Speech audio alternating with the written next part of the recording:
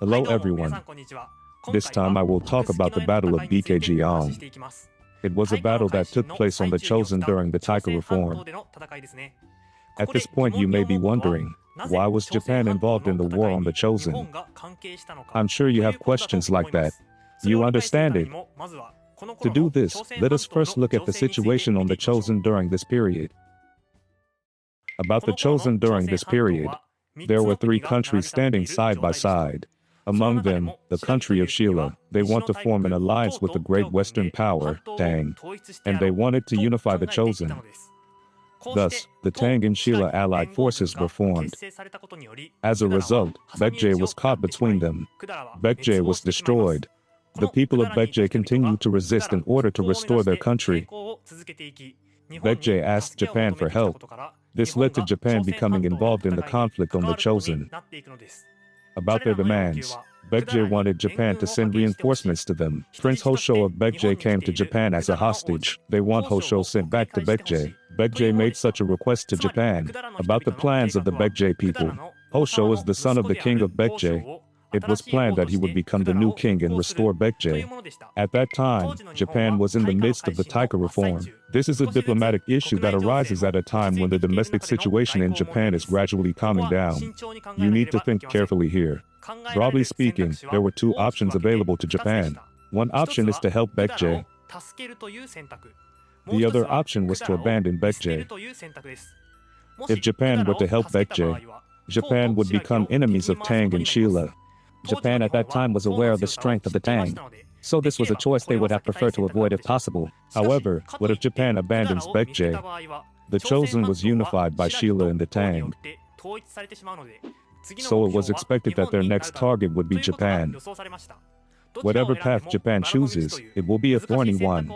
Japan was faced with a difficult choice, but in the end, Japan chose to help Baekgang. The Saimei Emperor of Japan marched to Chikushi no Kuni. The area is now near Fukuoka Prefecture. Thus began the Battle of Baekgang. Emperor of Japan Saimei and his entourage, they established their base in Chikushi no Kuni, close to the mainland. They prepared to fight against the combined forces of Tang and Sheila. However, at this time, Emperor of Japan Saimei passed away.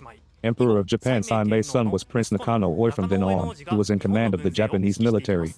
At that time, we were in the middle of preparing for the battle. Prince Nakano Oi probably didn't even have time to grieve his mother's death. Reinforcements from Japan arrived in Baekgang. I believe that the people of Baekgang were very happy at that time. But it was a fleeting joy. Their castles were gradually taken by the combined forces of Tang and Sheila. Japan again sent a second wave of aid to Baekgang. Thus, the Tang also responded by sending in reinforcements. At that time, internal conflict broke out within the Baekgang army. The situation remained unstable and escalated into fighting.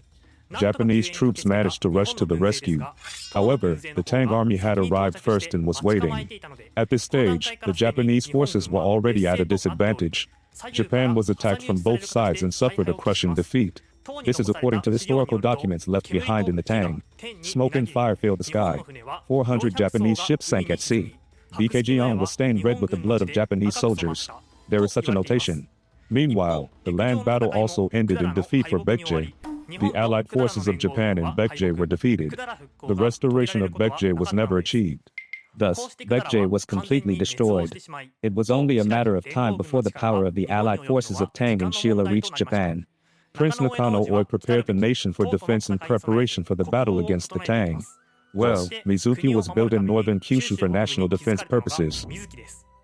The ruins still remain in Fukuoka Prefecture today. It's like a long stretch of forest. Dazaifu, the largest base in Kyushu, and Hakata Bay, which was predicted to be the route of invasion. This Mizuki was built during that time for defense purposes. Not only Mizuki, but also Ono Castle and Ki Castle were built.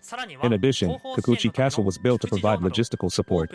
Many Chosen-style mountain fortresses were built for national defense. They were sent here by Sakamori. They prepared for an attack from the combined forces of Tang and Sheila. By the way, there was no actual invasion from Tang or Sheila.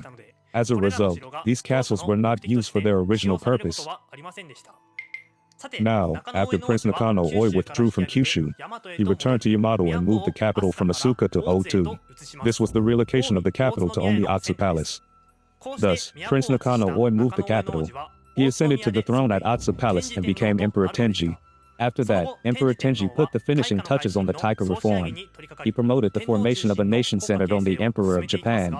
The year after Emperor Tenji ascended to the throne, his close aide, Nakatomi no Kamatari, died of illness at the age of 56. Emperor Tenji praised his achievements.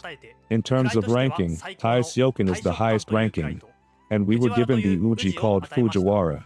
This was the beginning of the Fujiwara clan, which would become extremely active during the Heian period. Shortly afterwards, Emperor Tenji also passed away. That was 2 years after Fujiwara no Kamatari's death. Emperor Tenji's life came to an end at the age of 46. What did you think of this story? After Emperor Tenji died, a major civil war broke out over the succession to the throne. This was because there was a conflict between his younger brother Prince Alama and his son Prince Otomo. Now, in the next video, we will talk about the Genshin War. Well, see you in the next video.